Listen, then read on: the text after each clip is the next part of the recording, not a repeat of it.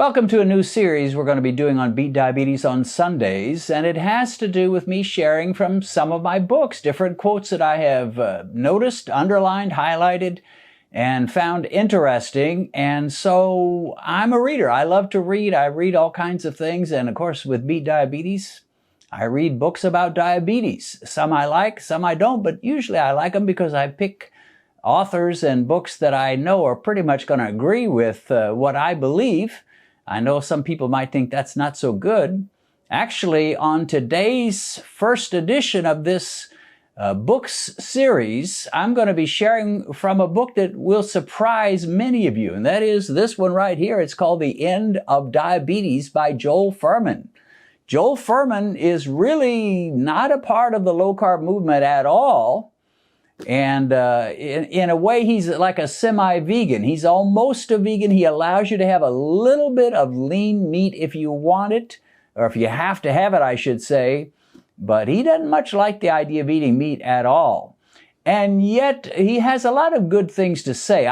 He hasn't converted me. I'm not giving up my meat for sure. But it amazes me that he's come to some realizations that those of us that are keto, low carb, and even carnivore have also begun to see. So I want to just share a couple of quotes. These videos are not going to be too long, but let me just share a couple of quotes from his book, and we'll probably be returning to this book in future episodes along with a whole lot of other books. But here's one of the things he says very early on in his book. He says, the majority of medications used to lower blood sugar places stress on your already failing pancreas. Get that. The majority of the medications and or insulin that they may be pushing on you is going to stress the pancreas that's already beginning to fail. So he doesn't sound too excited about medications. He says the probability of your diabetes getting worse under conventional medical care is especially likely since medications used to control blood sugar such as sulfonylureas and insulin also cause weight gain. Now, Joel Fuhrman, as we're going to see today, is very big about keeping at a proper weight. And I would agree, however, you don't normally get people to lose weight by just telling them to lose weight. And that's where the keto/low carb movement is so powerful. But what he's saying here is, hey, normal diabetes medications, normal diabetes prescriptions and advice is going to make you fatter and sicker. And sure enough, it does. He goes on to say this creates a vicious cycle. As a person becomes more diabetic, more meds are needed. The doses keep going up, and the person becomes more diabetic. You end up eating more. You take insulin. It makes you heavier. Insulin will cause you to gain weight. And a lot of the other medications will cause you to gain weight, and you just get worse and worse. Well, I agree completely.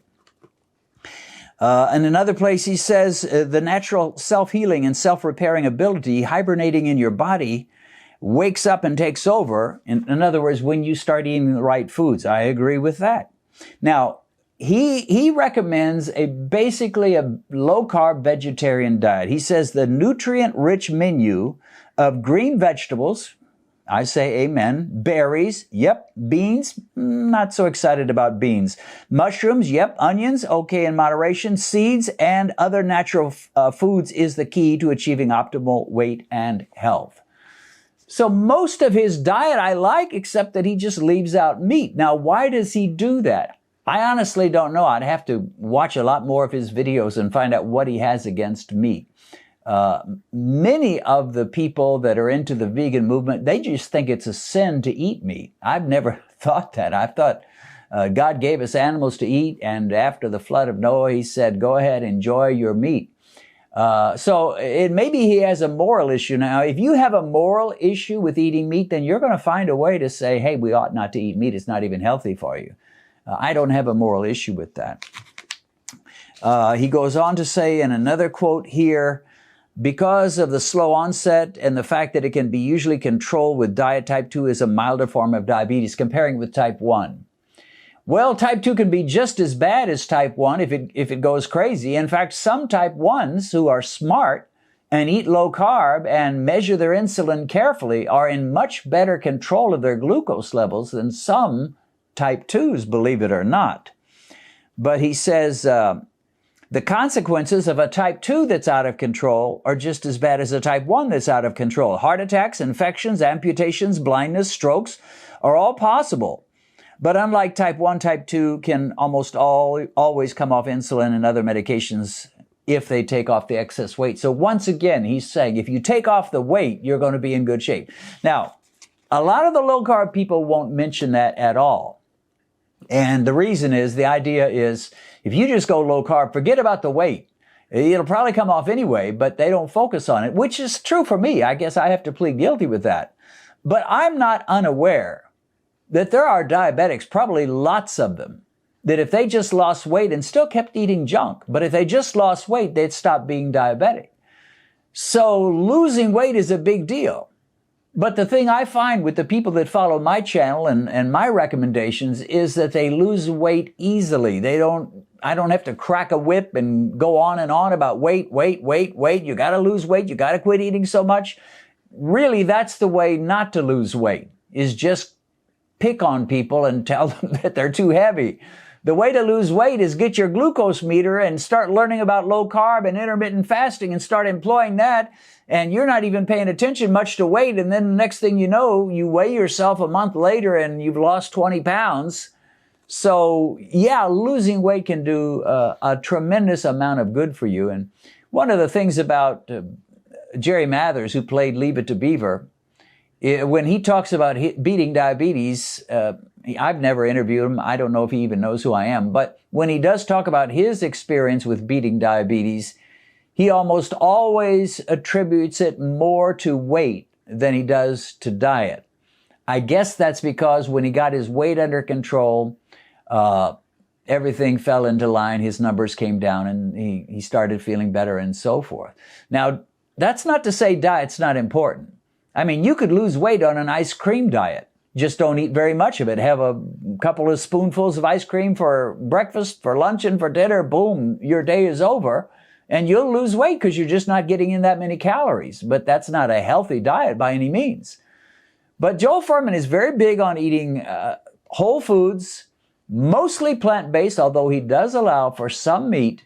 And he sees tremendous success. And if you go on his on Amazon, where you read his book, The End of Diabetes, this book right here, you'll find all kinds of people saying, yeah, you sure helped me. Now, I'll have to admit, I've had some people say, I read it, tried to do it, and it didn't help me. And so I don't know why that would be.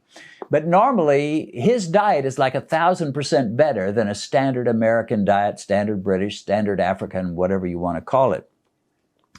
Listen to what he says here, and we're about to wrap this up. When people are significantly overweight or obese with more than 50 pounds of excess fat weight, their bodies demand huge loads of insulin from the pancreas, even as much as 10 times more than people of normal weight will need.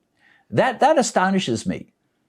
He's saying that when you're significantly overweight, your poor pancreas is going to need as much as 10 times to pump out as much as 10 times as much insulin.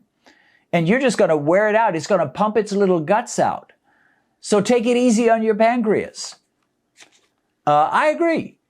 And if you could ever convince someone to just lose weight, you'd be doing them a tremendous favor. It's not a healthy thing to be overweight. I know the political correctness says we should not even talk about weight. But if you're talking about health and talking about going blind and getting your toes cut off, your legs cut off, your feet cut off, and having your kidneys fail and being on dialysis, maybe it's time to think about weight. There are other issues for sure. And you know, if you know me at all, you know weight is not my big thing that I talk about a lot.